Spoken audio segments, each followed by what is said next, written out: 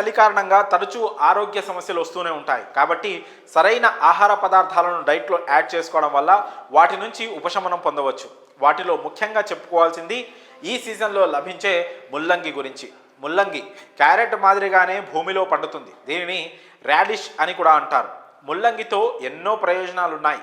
రోగనిరోధక శక్తిని పెంచడమే కాకుండా అనేక సమస్యలను పరిష్కరిస్తుంది.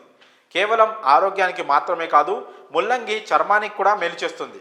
సాధారణంగా చలికాలంలో వ్యాధుల సమస్య ఎక్కువగా వేధిస్తుంటాయి.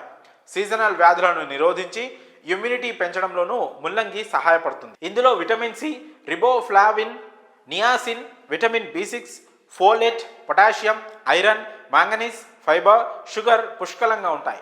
చలికాలంలో ముల్లంగిని తీసుకోవడం వల్ల ఆరోగ్యానికి చాలా ఉపయోగాలు ఉన్నాయి.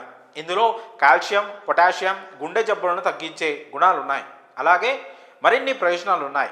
ముల్లంగి రక్తంలో షుగర్ లెవెల్స్ నియంత్రిస్తుంది. అలాగే ఇన్సులిన్ లెవెల్స్ బ్యాలెన్స్ చేయడంలో సహాయపడుతుంది. అంతేకాకుండా షుగర్ రాకుండా నిరోధించే అనేక ఎంజైములు ఉన్నాయి. ఇందులో ఫైబర్ పుష్కలంగా ఉంటుంది. జీర్ణ వ్యవస్థను మెరుగుపరచడంలోనూ సహాయపడుతుంది. అలాగే కడుపు సంబంధిత సమస్యలను తగ్గిస్తుంది.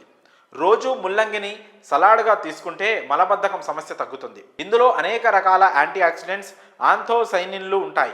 శరీరంలో రోగనిరోధక శక్తిని పెంచడంలో సహాయపడతాయి. ఇందులో విటమిన్ ఏ, సి, ఈ, బి6, పొటాషియం వంటి అనేక పోషకాలు ఉన్నాయి. చలికాలంలో పొడి చర్మానికి పోషణనిస్తుంది. అలాగే ముఖంపై దద్దుర్లు, అలర్జీలు వంటివి నియంత్రిస్తుంది.